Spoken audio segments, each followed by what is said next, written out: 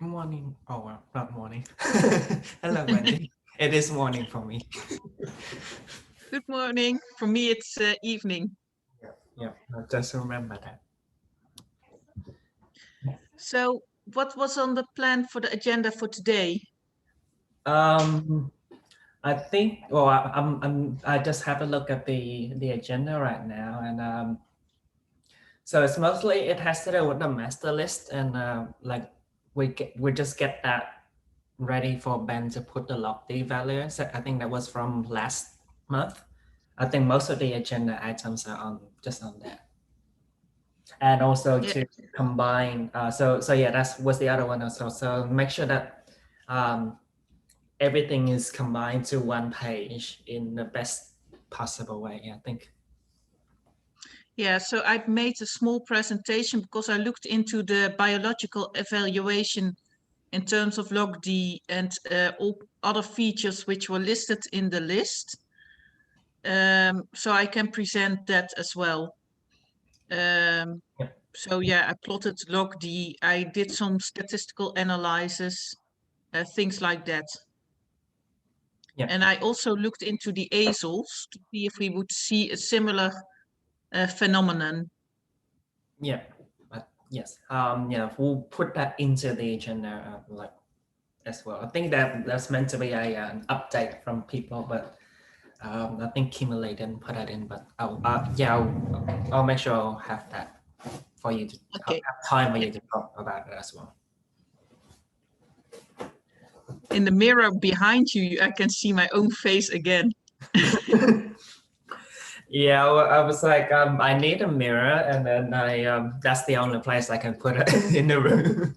I do bring it down when I need to like teach and stuff, but yeah, just I can't be bothered right now. It's like, yeah, okay. Yeah, because how late is it now in Sydney? What time is it? Okay, so right now it's just before 7 a.m. So it's just in the morning, yeah. Yeah, because And it looks like it's still dark outside. Is that correct? yes, so it's quite dark.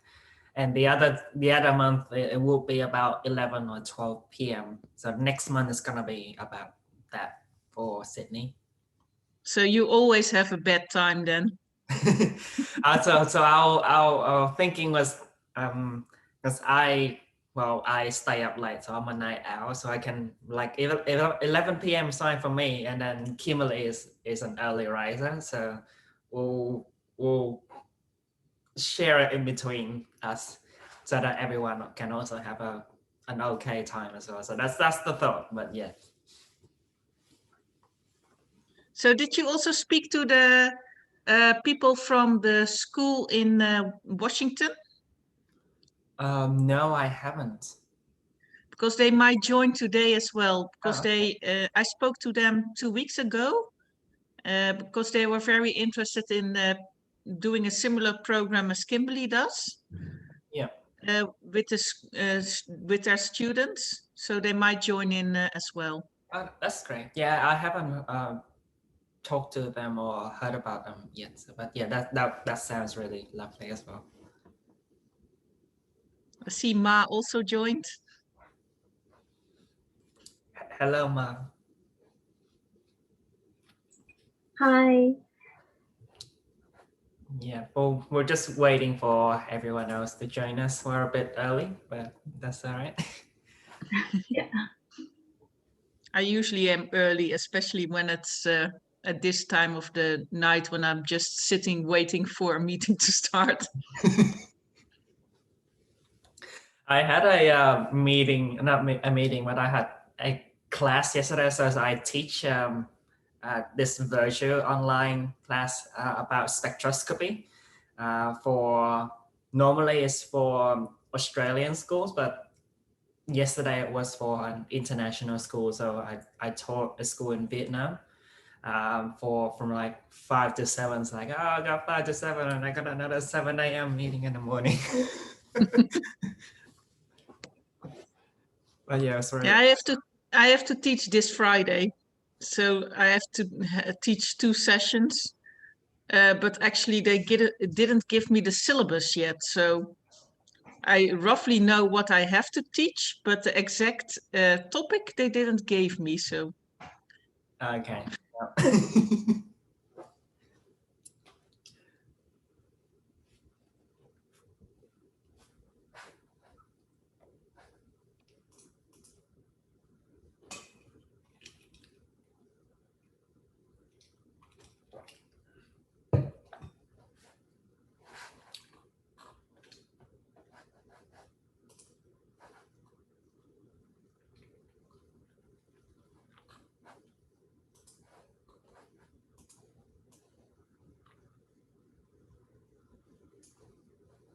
So it's not mentioned here in in any of our recent agendas, but do we have the timeline of when we're about to kind of like really just getting this paper ready for like drafting final drafts and stuff like that? I don't think we really set a date yet, but Wilson's PhD finishes in May. Yeah. So we were thinking that just to write everything up we have so far, and then we can always decide if we need to add a little bit more data here and there, but at least that it should be a version which he can put in his thesis. So we're currently drafting everything we have into a manuscript. Yeah, so probably we will add some more, because I did the analysis of log-D, etc. Also in vitro only this week. So probably we will add that in the draft version, which is on GitHub upcoming week. So we're kind of trying to have a working version of that by some time of May. So it also help Wilson with his PhD as well. Yeah, because he needs to hand in his thesis somewhere in June. So yeah, he needs to have a version by then in his thesis. Because in the Netherlands, you need to have several published papers actually in your thesis. Yeah. This one, he will not be able to publish it before the end of his position. But yeah, to have a version which is nearly complete, that would be great. Yeah. I will. Even though we know that there's still some molecules currently made, but yeah. It's also great as well. Yeah, we were talking about we were just talking about like where we are in terms of like writing the paper, so we can have it published soon as well. But yeah, I think that will be great. So we might be able to actually publish if we have enough data by like mid-year. Is it feasible that we can also publish it sometime this year as well? Is that the plan, or is this? Can you hear me? Because I have problems with my mic. Okay, great. It really depends if we go through with additional in vivo and vitro screenings. If we do that, I mean, the ones that you and Dimitri are currently making, if we do that, then in vivo testing will be done somewhere in the next few months. Then I mean, we may we can get it finished by the end of the year. Yeah, really, I suppose. Wendy, is that what you think as well? Yeah, because at some point we need to make a decision if we are going to make more and more Fennery moles or not.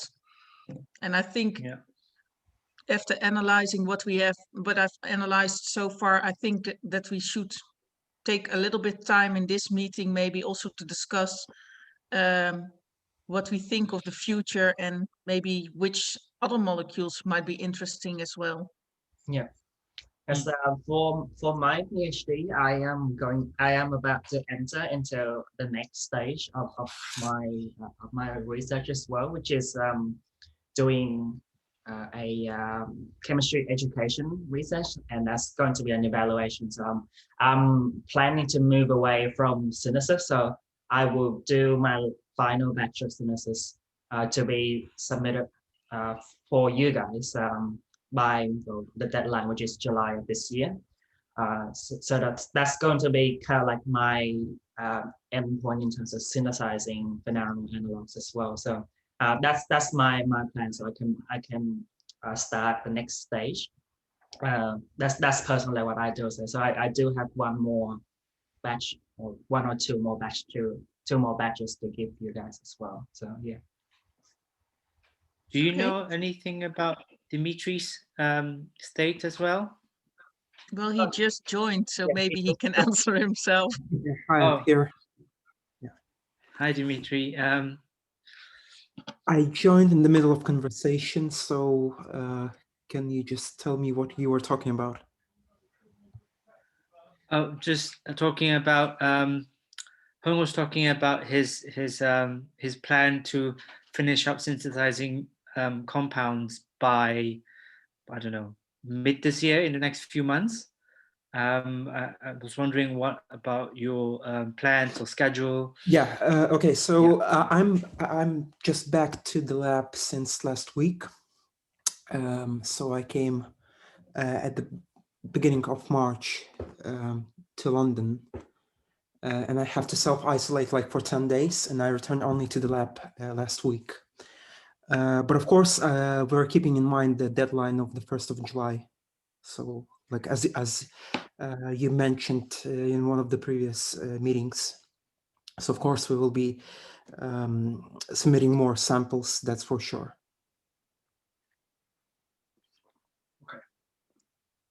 Okay.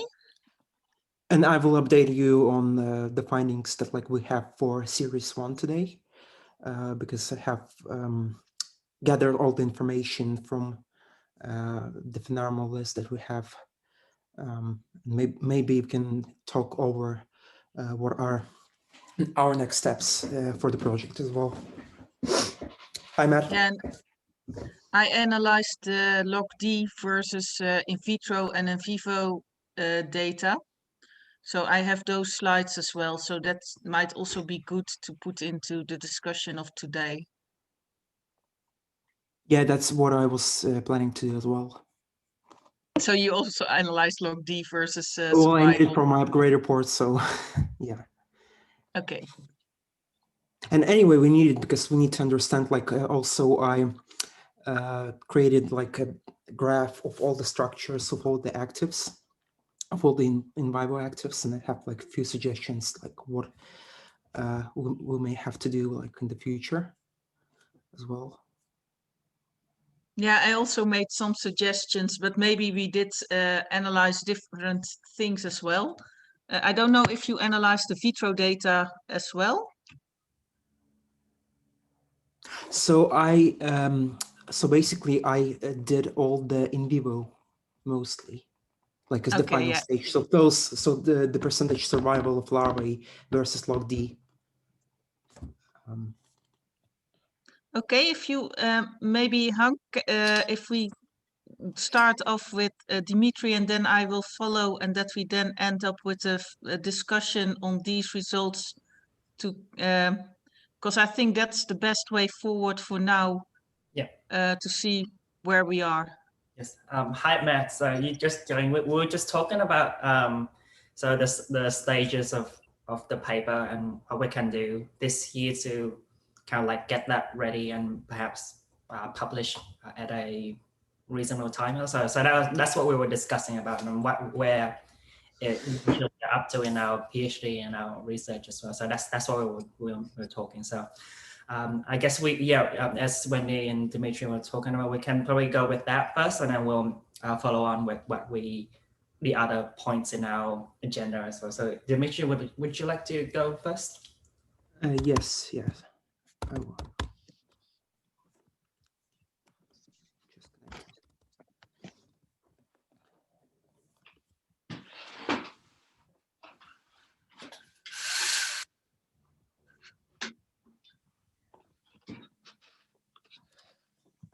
Hello everyone again. Just a quick a few words about the master list. So as I mentioned before, so the MyOS list is complete now, The only thing which I would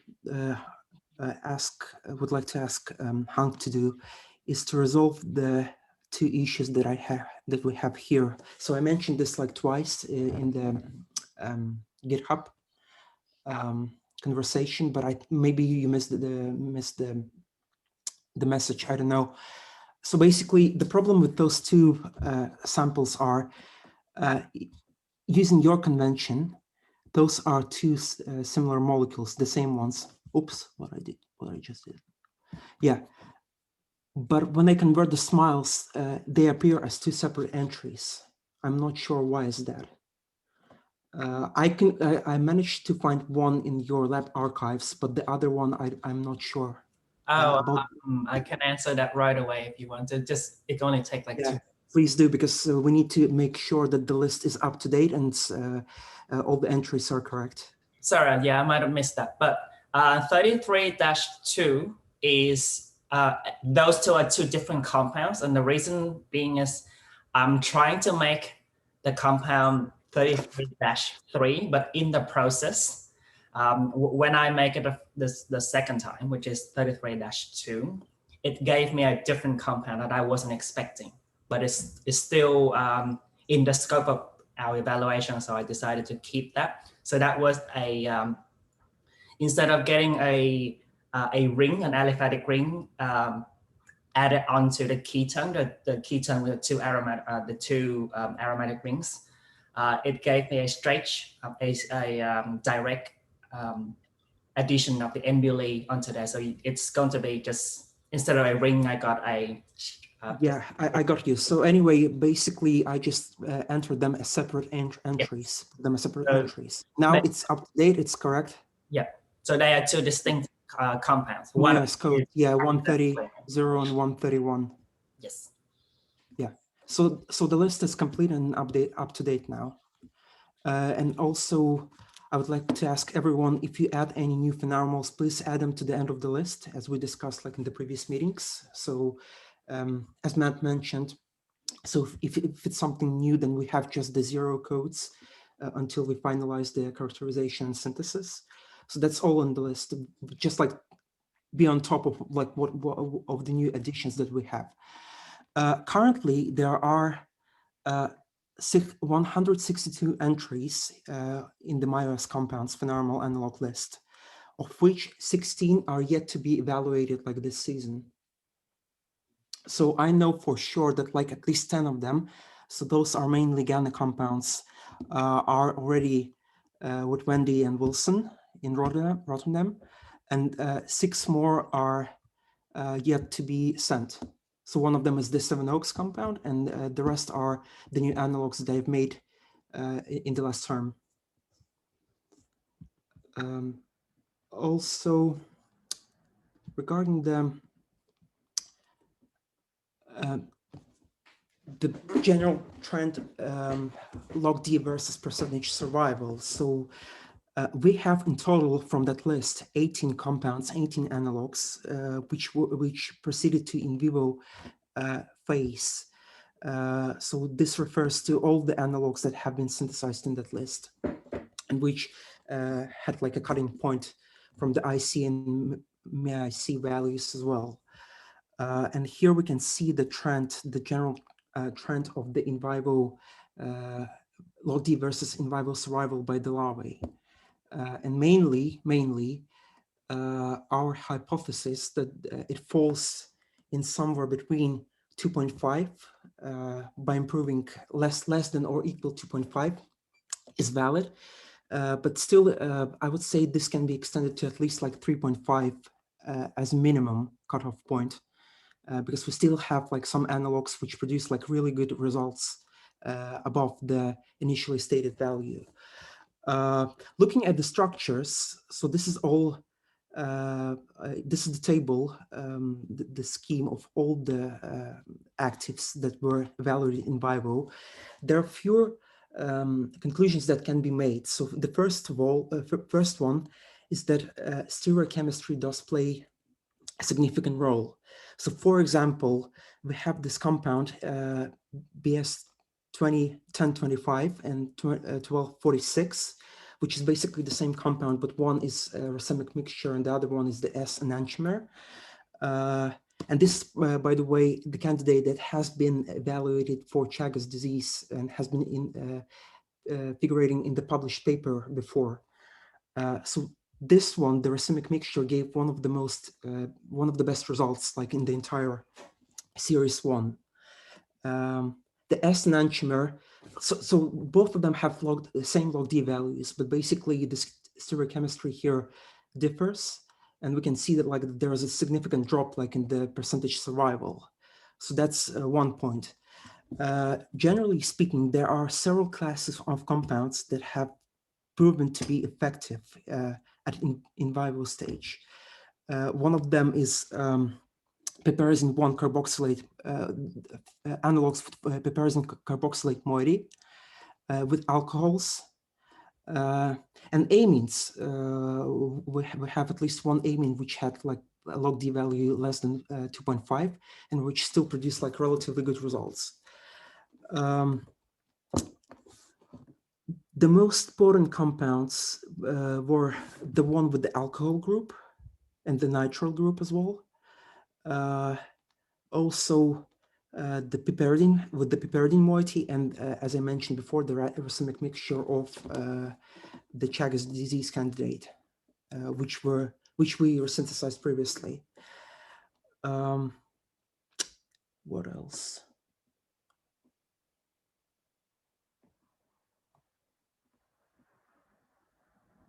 I think that's it. That's all I wanted to update you on.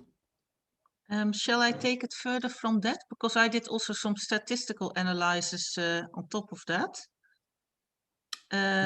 Shall I share my screen now? Yes. Then you need to, yeah.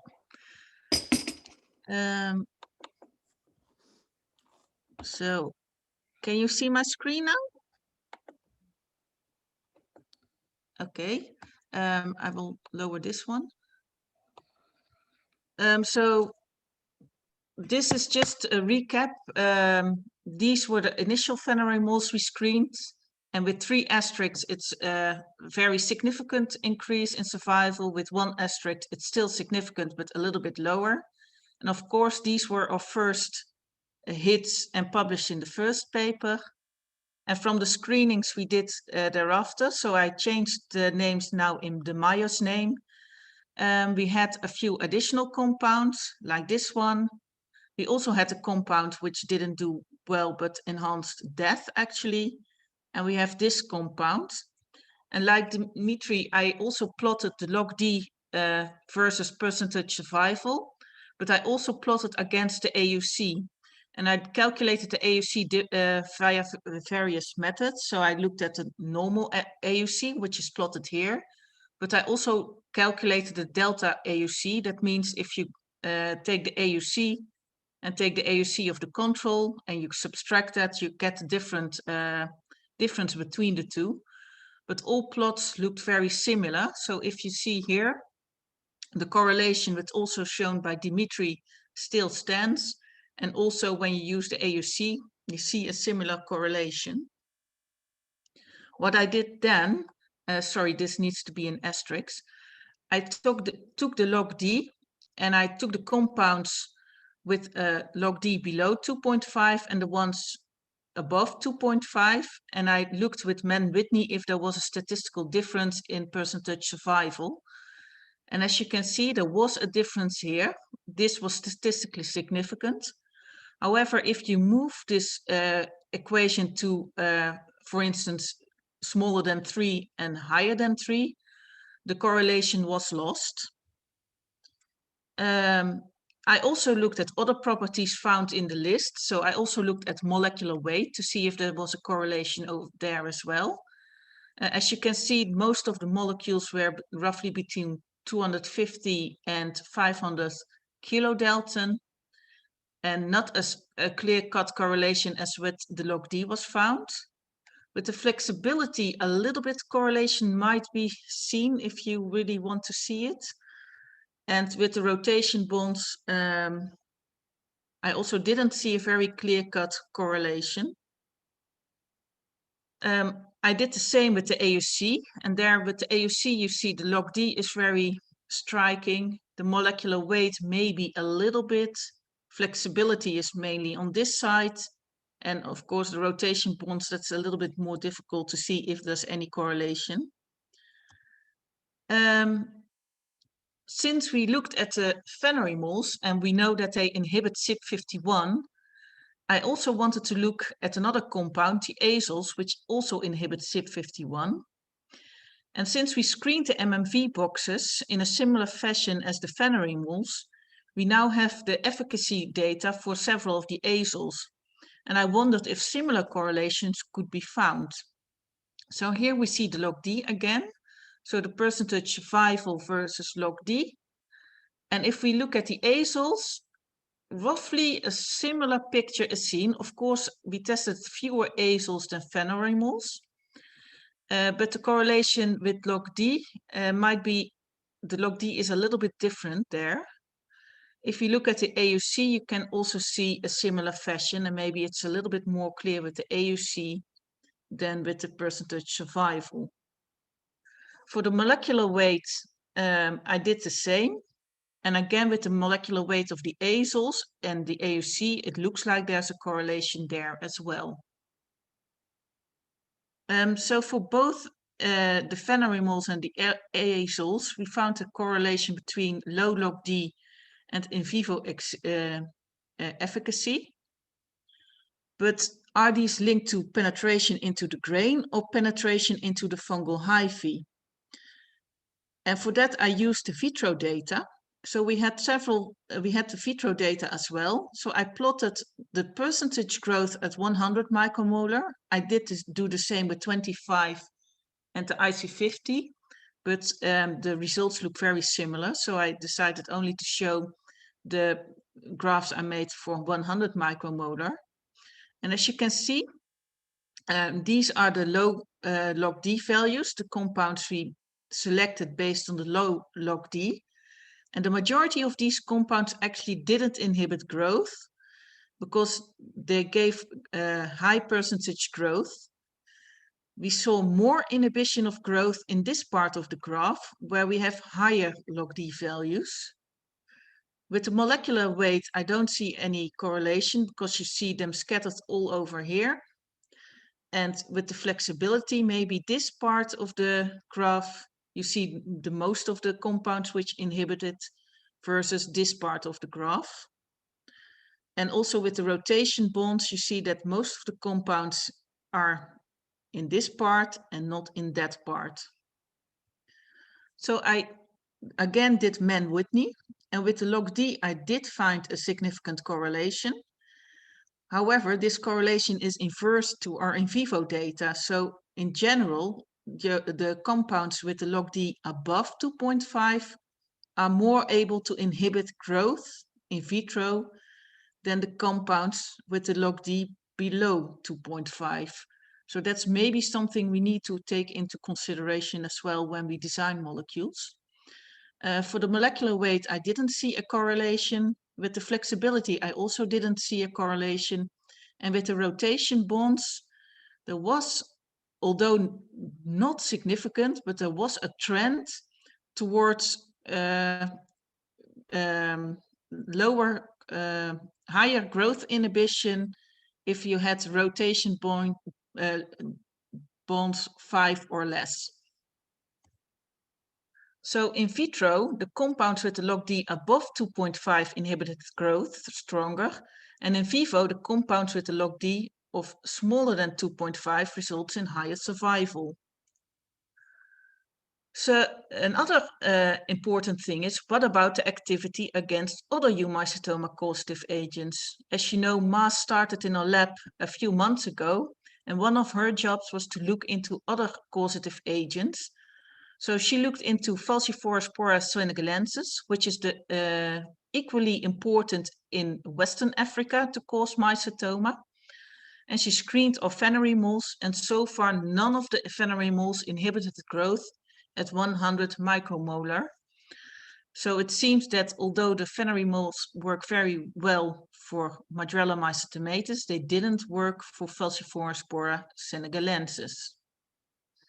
So the conclusions so far were that we found better in vitro activity with the compounds with a log-D above 2.5, higher in vivo efficacy for compounds with a log-D below 2.5. They were able to inhibit Madurella mycetomatis growth, but not Falciformspora senegalensis growth. And since the venery moles target the CYP51 gene, like the azoles, it would also mean that we cannot combine them in combination therapy. And for actinomycetoma, we do know that it's only effectively treated when we use combination therapy, so monotherapy is not used. So what should be next? Well, I thought a little bit about this, and I thought, well, maybe we should select compounds which also inhibit other eumycetoma causative agents, or select compounds with a different mode of action. So if I then look at the data we have for the pandemic response box, we screened that against several causative agents, so not only Madurella mycetomatis, but also Madurella pseudomycetomatis and Madurella tropicana. And for the pleosporales, we screened Falciformspora senegalensis and Medicopsis rommeroi. And for those of you who are not biologists, Sordarealis is one group of fungi.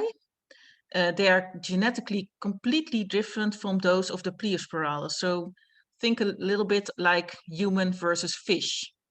And although they are genetically that different, they both cause the same disease.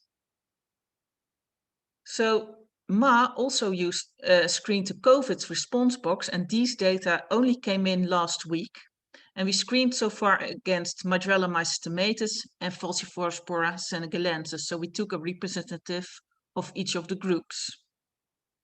So from the pandemic box, we had 15 compounds which inhibited both Madurella and Falciformspora senegalensis. And of these 15 compounds, 4 also inhibited Medicopsis rommeroi, which is a very difficult to treat fungus. From the COVID response box, we had actually 17 compounds which inhibited both Madurella mycetomatis and Falciformspora senegalensis. And in the COVID box, there are only 160 compounds to test, while in the pandemic box, there are 400 compounds. So this is the list of the compounds which actually were tested. And as you can see, carbendazim, fenbendazole, tafenoquine, and MMV 1578570 were able to inhibit all 3 species. Well, this list all were able to inhibit the other species, which struck us that among these compounds, 3 belong to the benzimidazoles. The benzimidazoles were also tested in vivo, and out of these 3 compounds tested here, actually 2 out of the 3 were able to prolong larval survival significantly. One of these compounds, fenbendazole, inhibited both Falciformspora senegalensis as Madurella mycetomatis. So this might be an interesting class to look up on also. And the mode of action is different from that of the azoles because it distorts the mitotic spindle by targeting beta tubulin. So that's one thing, but we could also simply look at Madurella mycetomatis and see if there are other compounds tested which which prolonged larval survival and had a different mode of action. So I summarized everything we tested so far, and I excluded the azoles. And 6 of the compounds we tested so far were able to prolong larval survival, some very significantly, some only little significant, but all were significant. And if we then look at the mode of action of the, we had dihydrofolate reductase inhibitors. And this one is interesting because it's actually one of the cornerstone drugs for actinomycetoma treatment. So this seems to be a very interesting compound as well. The benzimidazoles, there are 2 of them in this list, were also able to inhibit Phosphorospora senegalensis. And then we have olorofim, which is of course currently in a clinical trial, and it did prolong larval survival, but it didn't have activity at 25 micromolar against Phosphorospora senegalensis. So I think that in this group of compounds might be very interesting to look into the future. And I think, yeah, that was the last slide I made and I wanted to share.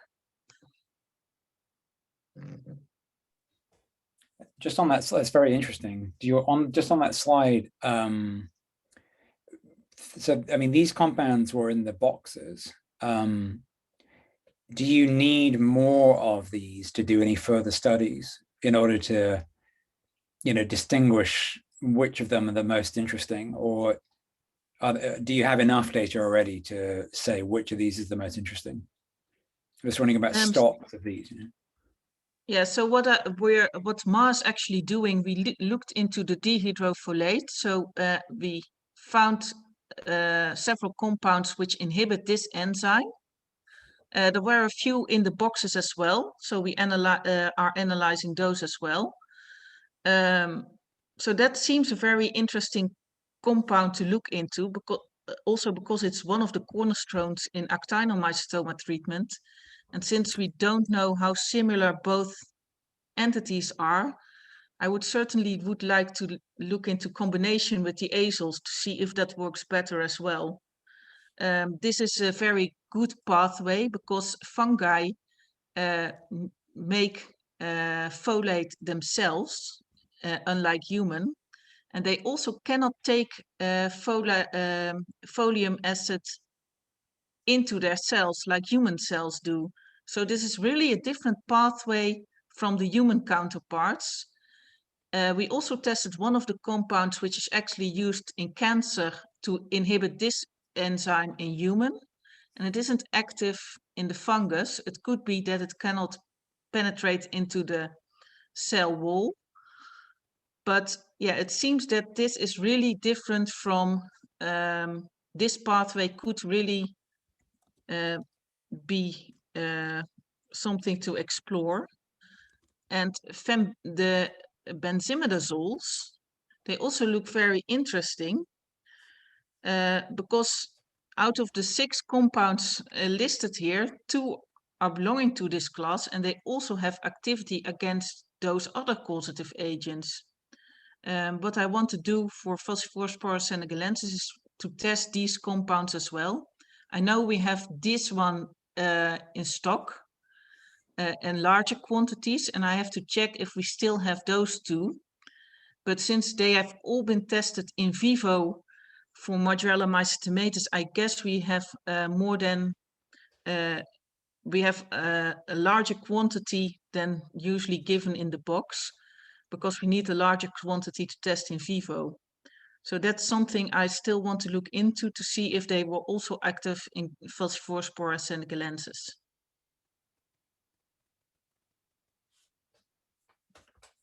Just on the thing you mentioned earlier about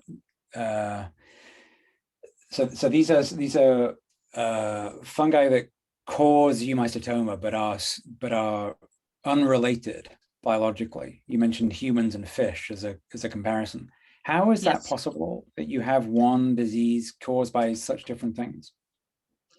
Yeah, so currently it's actually not known, but yeah, of course, actinomycetoma and eumycetoma, that's even way beyond fish and human. So bacteria can also cause it. So I think a part of it's also the human immune system.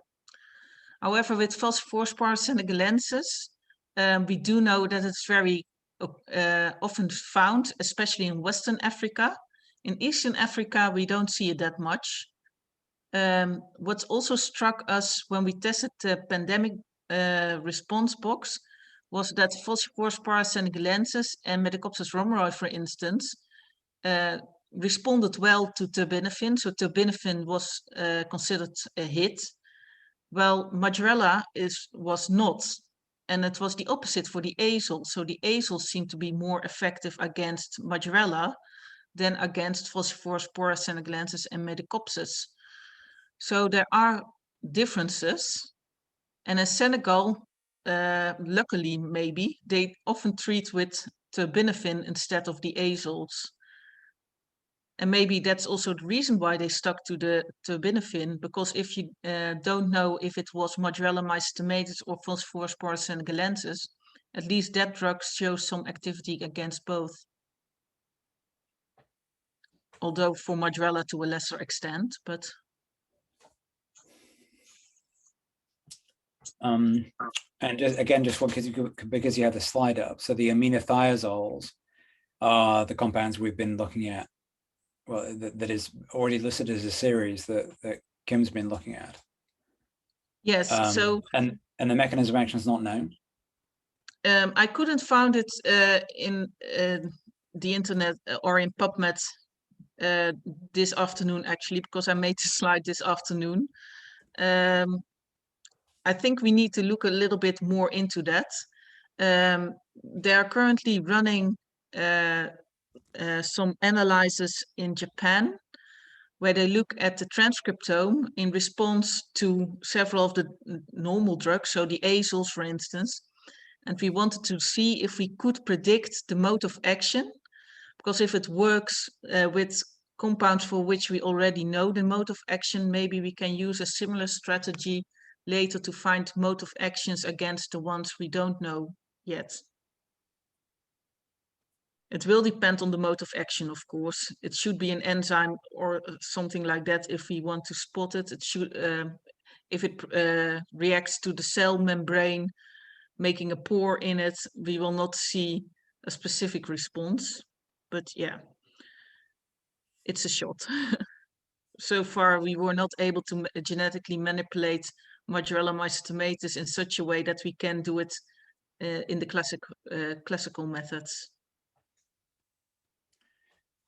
And sorry, last question from me. In terms of novelty of treating a fungal infection, so DHFR, BD tuber, and DHODH, would these be novel ways of treating a fungal infection?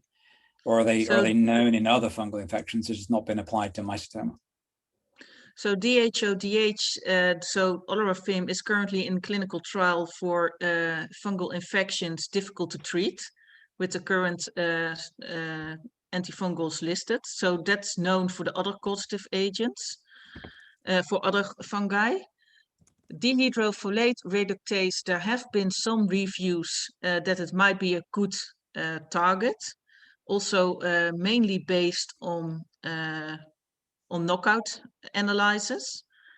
There were some difficulties finding drugs inhibiting this enzyme in fungi, either that they could not penetrate the fungal cell wall or that they were not active against the fungal enzyme, because dihydrofolate reductase differs between bacteria and fungi and human, and parasites and fungi. So they seem to be quite different. So there might be very large libraries out there which we could screen, or we could, based on the hits we have so far, because there are 4 different classes of compounds able to inhibit this enzyme in different species. Maybe we can design molecules which target the fungal enzyme better. The good thing is that there are 20 to 30 different structures available. So they made these models where you can actually model inside the pocket to see if it works. So there are quite a lot of models for that. Not that much for fungi, but for other agents. And for the benzimidazoles, I don't think there's much explored in fungi. Of course, carbendazim it's antifungal benzimidazole, but that's more into plants and not so much in humans. So that's a pesticide instead of a drug which is used in human. But I'm not a chemist, so I don't know how difficult all these scaffolds are. So They're all heterocyclic rings linked together, you know, it's all pretty much similar.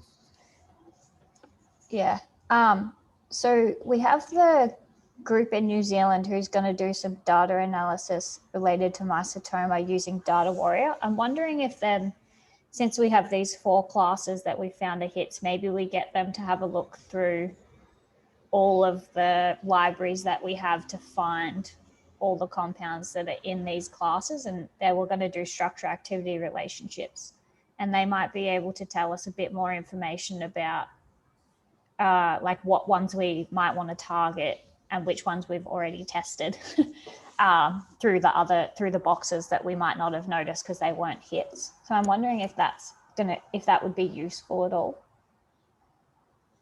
Yeah, I know that in the boxes there are a few compounds related to those which were not hits. So they weren't sometimes they didn't inhibit growth at all. Sometimes they only inhibited growth to a lower extent so that they were not selected for further analysis. But I think also the molecules which didn't inhibit can be very informative because they might be able to pinpoint what part of the structure or what property was linked to the activity here. Yeah, that's what I'm thinking. It might give us a bit of direction going forward in if we want to synthesize some compounds in these classes, which ones might be worthwhile. I mean, there may be libraries out there as well that we can get our hands on to test against, but. Yeah, so for me, for those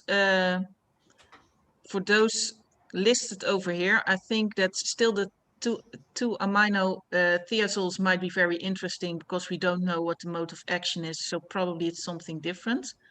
The benzimidazoles look for me interesting, and the dihydrofolate reductase also looks interesting. But yeah, that's my gut feeling. Yeah, it'd be nice to, I mean, if there existed any libraries already around some of these cores, it would be very good to see if we can get hold of them. I don't know if that exists, but I mean, the fact that these are MMV compounds implies that they've been explored to some extent and that maybe there are others out there that could be sourced. And if we can find anything about mechanism of action through any sources, that would be also very helpful. I mean, these are all completely tractable structures. You know, I mean, these are all definitely makeable. The aminothiazoles in particular, in terms of simplicity. The benzimidazoles, I imagine there are lots of compounds that we could get our hands on. So I'm really thinking more about the second and third lines there, the DHFR and the pyrazolopyrimidines, whether we could get compounds of those kinds and whether those compounds are representative compounds from large libraries or whether they're just one-offs. I just don't know. I mean, but yeah, I mean, very promising, really.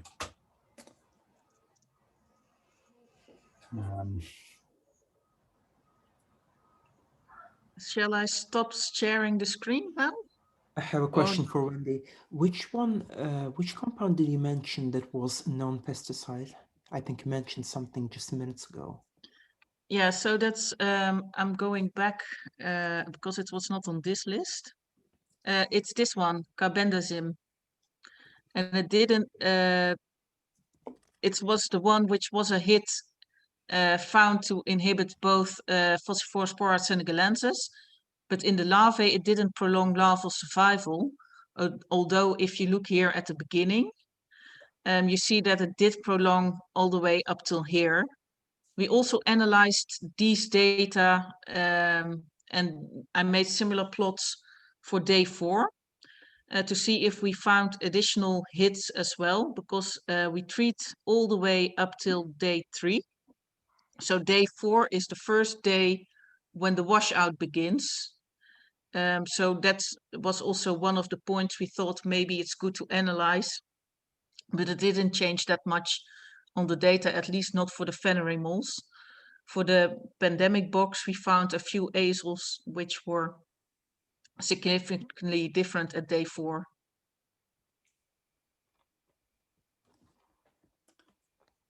Is it your plan to try molecules in combination with suspected different mechanisms of action? So from the previous slide, so if the compounds are suspected to have different MOAs, is that reason enough to do an in vivo study of their combination? So what I would typically do, because we did do this already in the past with terbinafine and the azoles, but that is all targeting the same pathway, so it didn't result in in vivo enhanced activity actually. But what we typically do, we can screen that in vitro as well. So you can determine if those are synergistic, antagonistic, or indifferent to each other. That can give you already a clue without having to do the in vivo work. If we do find synergy, then I would certainly be very interested to look in vitro as well, or in vivo as well. Even if they don't enhance or are not synergistic, Wilson also demonstrated if you inhibit melanin in the larvae, so if you get less melanized grains, you can also enhance the activity of itraconazole.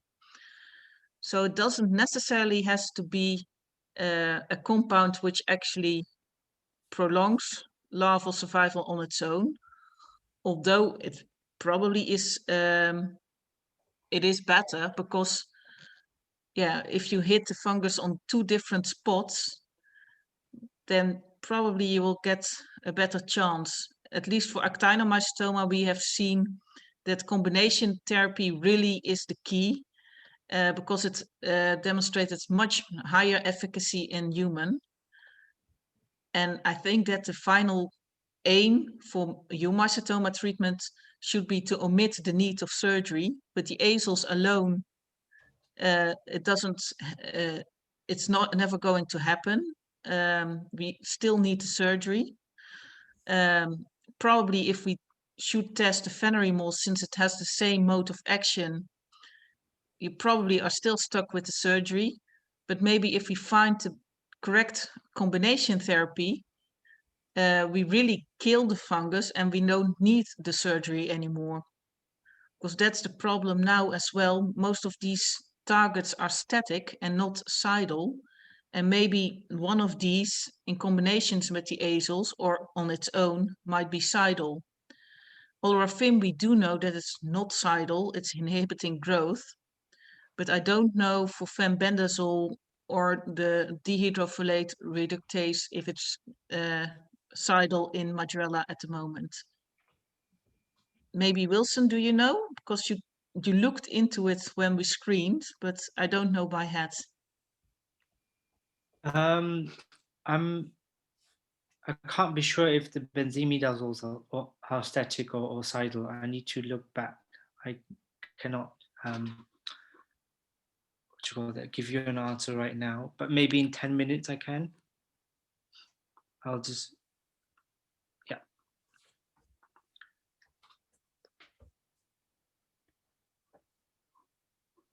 I'm just turning on the Excel sheet at the moment, so just continue and I'll update in a bit.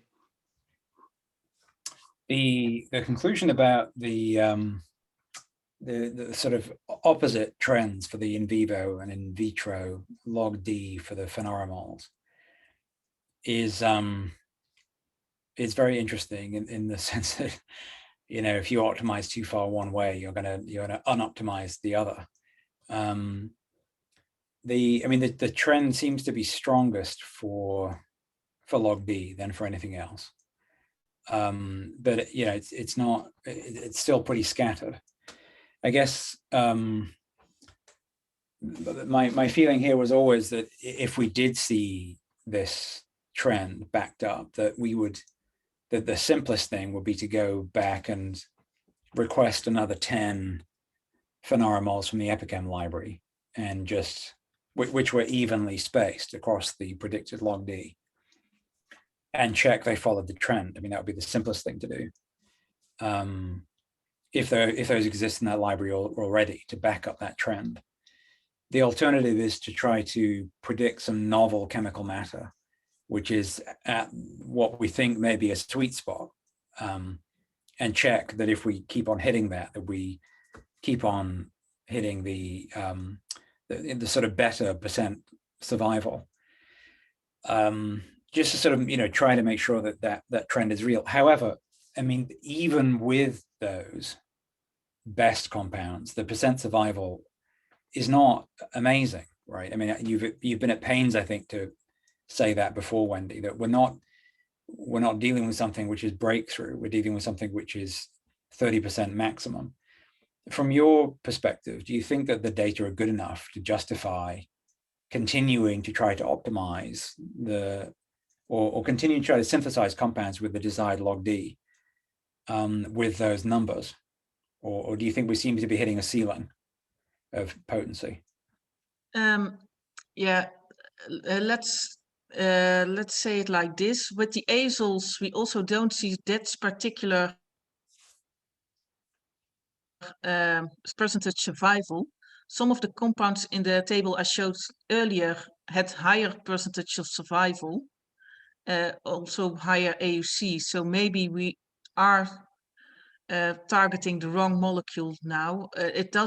We didn't find a new molecule which we made which was actually better than one of the ones we found before. You mentioned just now that we do see the opposite trend if you look at the log D in vitro versus in vivo. Of course, I'm not a chemist and I only plotted the percentage growth, but maybe if Dimitri, for instance, takes a look at the values I plotted, there are some hits over here in this spot, so below the 2.5, where there are some groups attached to those molecules which make them stand out from the other molecules at that log D, so which we can take into the design as well.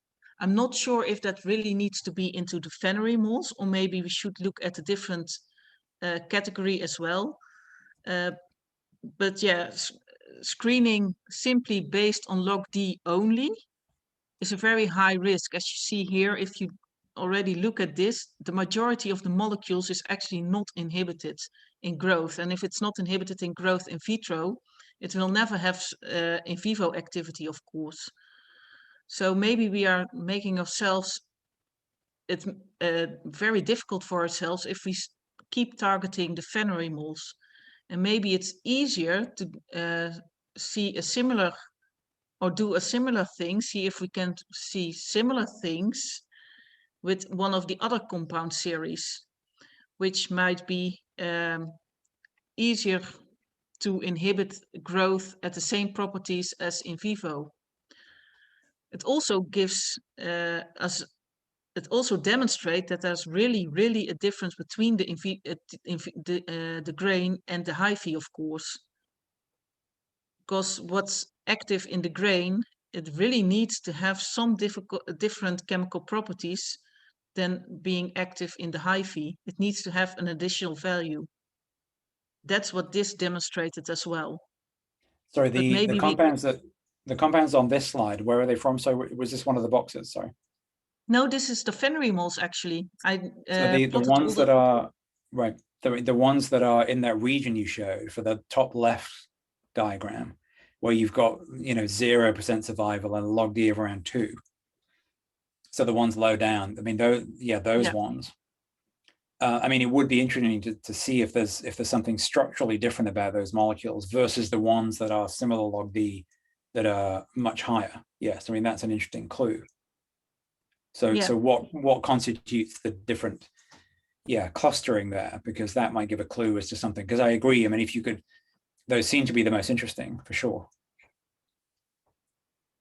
Yeah, and maybe if you take that into consideration when you design your molecule, that you know that it will also inhibit in vitro, then it will make it a more logical compound to hit in vivo as well, because probably those, since there are only a few in this range, probably those were all tested in vivo. Right. So maybe we've already selected those. Yeah, so probably we already selected those because it's 1, 2, 3, 4, 5, 6, 7, 8, something around that scale. But yeah, since designing the molecules probably also designs many of them in this part, it can give you a clue what works and what doesn't work. Yeah. But And I of guess course that's, sorry, carry on, Wendy. yeah, but of course this is based on the Fennery moles. I wouldn't dare to say that that's applicable to every other compound, because you have a different mode of action with the other compounds, of course. Yeah, I mean, in terms of understanding this, I guess I'm thinking, one side of me is thinking, what do we need to publish the work? You know, just pragmatically. Yes. And then the second question is, of course, whether other series have greater promise. That's for sure. Yeah, so for publishing the work, I would because we do see this opposite phenomenon. So I think if we make a 4-cross table, you will have a group here, here, there, there. And this is the group, which is actually the ones which seems most promising in vivo. And what differs them from the other 3 groups, that will give you some clues and probably is publishable. Mm. Yeah. Yeah. And none of these compounds are fluorescent, right? I don't know that one because I didn't check for fluorescence. I also don't know from the structure if they are fluorescent. Yeah. I mean, you know, just on a basic look at the 2-dimensional structures, I would say no, but you never know. That would help in terms of finding out, you know, where they're going, if that was possible, but I suspect they're not. Yeah, I'm just thinking about how to finish the paper off. And does anyone else have any thoughts about what's needed for completing a publication here? I mean, you know, we're getting at the heart of the matter here, but what else might need to be done, or what else is in train that needs to be finished to publish? I think if someone can look into the, it's something that Wendy and I can't look into, the structural difference or similarity between ones that work in vivo and ones that work in vitro. If one of you can do that, that would be something really good for the paper. Yeah. And then we can also draw maybe sort of conclusions or hypotheses to what in the structure that enables it to maybe penetrate the grain in vivo or you know, in vitro. Yeah. Matt, what do you think would the future of Series 1 phenomenals, like, is it worth like continuing, or it's kind of like the final stage and we need to... Well, I mean, this is what we're talking about right now. And I think that's the question is, yeah, whether there's something structurally responsible for the different potencies here. So if there's something about these compounds that are clustering at the low percentage growth with this log D between 2 and 3 versus the ones with log D around 2, which have essentially no effect on the percentage growth. If we can learn something about that, then that would help us to have a conclusion for the paper. But I'm not sure if, I mean, yeah, I think that kind of conclusion is helpful for the paper. I think that also helps us decide if we go forward or not too, because if we can't see any relationship between the structures, we can't make any predictions about other compounds to make that might be useful. So it kind of might put an end to the series as well, possibly. Yeah, Well, at least is there, go ahead. Is there any other sort of things that we can look at to compare between compounds that we have not shown here. Yeah, I'm just throwing out ideas. I don't know this. Yeah. Maybe pKa. These, I mean, that's sure. I think, you know, this is related to log D. It would be useful, I suppose, to have it would be useful to have the table of all the structures. Make sure we're up to date with all the structures and their associated potencies, to see if there are obvious things that are missing, or obvious things that yeah, I mean, you know, groups that we haven't included, for example, that maybe we could explore. I mean, this is what Hung and Dimitri are looking at, you know, is what hasn't been made.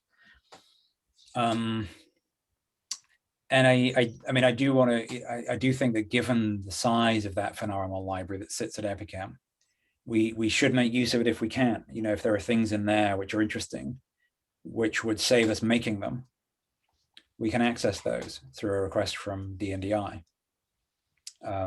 So if, for example, we had a look at that spreadsheet and found that there were 10 compounds with log D of 1, which we haven't really examined here, but imagine that's the case, then we could rapidly get hold of those and see if the trend holds even at that low value without having to make, you know, new chemical matter.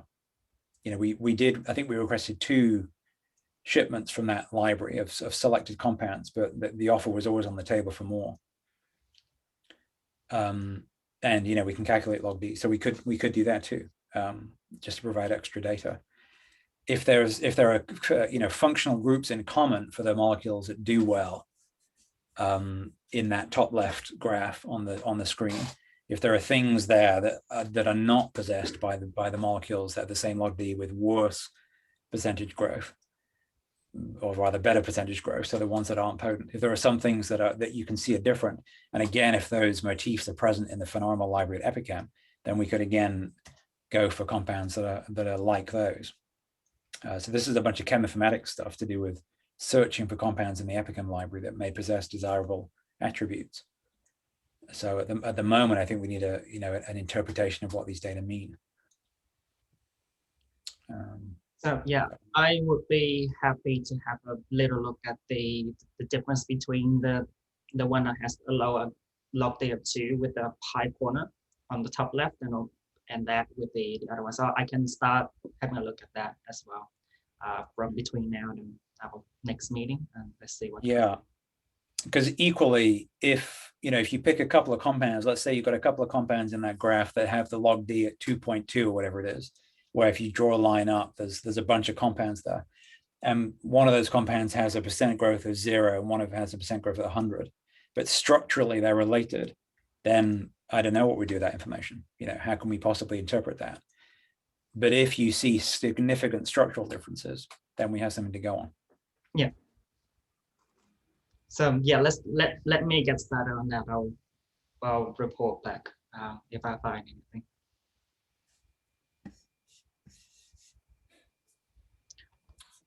So is there anything else that we're almost 30 hours now? We're on the hours now. Is there anything else that anyone wants to add? Just very quickly, I was going to ask Kimberly if there was any chemistry update on this on that series 2 stuff.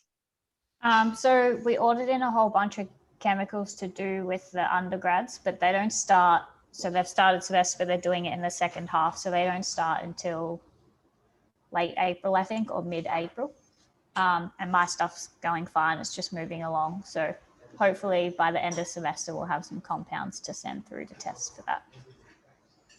Is it that I was just in touch with the Seven Oaks guys, and they were, I guess they were interested in the idea of a synthetic sequence that may be able to produce solids that could be crystallized rather than oils that need purification. Yeah. So if the chemistry is really nice, then it might be more appropriate for them too. Yeah, I do think that these can be recrystallized, or if not the final product, the intermediates through the stages definitely can. And then if it's just the final product that needs to be purified, that's heaps better than every step along the way. Right. But yeah, we'll see how it goes. We're still playing with it a little bit to try and optimize it for the younger undergraduates and stuff. Yeah, for me, I'm about to submit some sample for X-ray crystallography as well, because I've got some crystallized products from some of the things I make. So if there's anything interesting come up in terms of the structures or the SNR or things like that, I'll also update as well. But yeah, that hasn't quite happened yet, but I'll get onto it. Yeah, and I was in touch with the University of Washington, and they seem to be very interested as well. I think they are in touch with you as well, Kimberly. Yeah. It seems that they are going for the same series too, I guess. Yeah, so we had a chat with Meg. Basically, this semester they're still like stuck at home, so they're going to do some like online retrosyntheses for some essential medicines that we might then be able to test out and see if they work and things like that. But I think their summer class should be back in the lab, and we're going to have a chat with them again a bit closer about what they might want to do for synthesis, but they're keen to do some more synthesis. So we'll have an idea of how it works as well, because we will have trialed it by then. So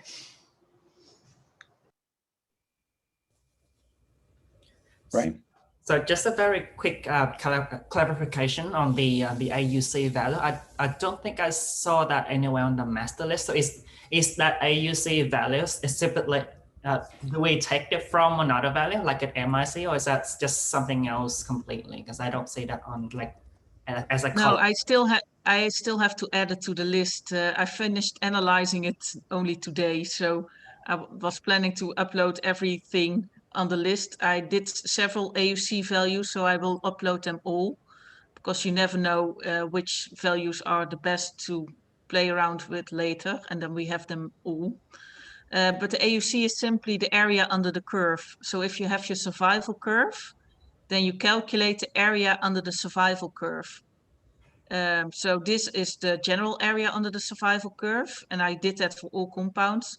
But you can also use delta AUC, which is the difference between the area under the survival curve of your compound of interest and that of the one of your control.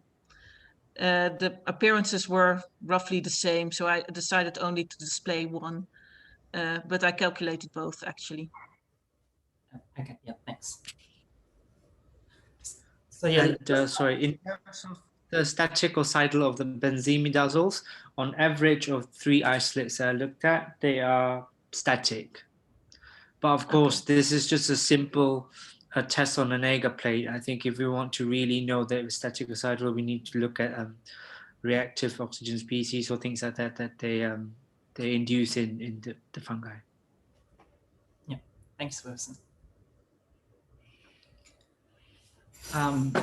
Yeah, we'll just have to wrap up now because it's a bit late for everyone. So I'm just quickly having a look at the other pieces on the agenda. It looks like most of it are done. So we have our master list kind of like nice and ready for if there's any logly missing. Ben can then do that. But I think most of them are up to date, so that's great. I will take care of the agendas for the next meeting, so that's fine. And yes, and Wendy, as Wendy mentioned, Wendy is going to update that AUC values as a column or a few columns on the master list as well. So I think most of the agendas are covered. So we're good for this, and we'll just have some new stuff for this meeting that we'll look at. And yeah. I will also add the molecular weight because it was not on the list yet. And I added them for the analysis anyway, so. Can you Molecular also... weight wasn't on the master list. I don't think it is. Oh, no, it was actually on the list we got with the compound, so I got values from there, but it was not on the master list. How embarrassing. Wendy, can you also put your PowerPoint slides up onto the GitHub? Because I'd like to have another look at those again, if that's okay. Yeah, I will do that on Thursday probably, because tomorrow I have the day with the children, but on Thursday I will put it up. No worries. Thank you. Thanks, Wendy. It's not really a fun activity for a day with the children, I don't think. It's not. No, and here the swimming lessons started again, so I need to be at the swimming pool. That's more fun. Yeah. I've got the next meeting on the 27th at 2 p.m. London time. Does that sound roughly right for everyone? Tuesday, 27th? It sounds right. Let me have a look. So that'll be evening for Australia. Yeah, I have the same date and time. So April Right, wow. 27th. We did it. We did it. Great, thanks everybody. Really interesting. All right. Yeah. So if there's nothing else, then I wish everyone a great evening, great day, and we'll see you again next month.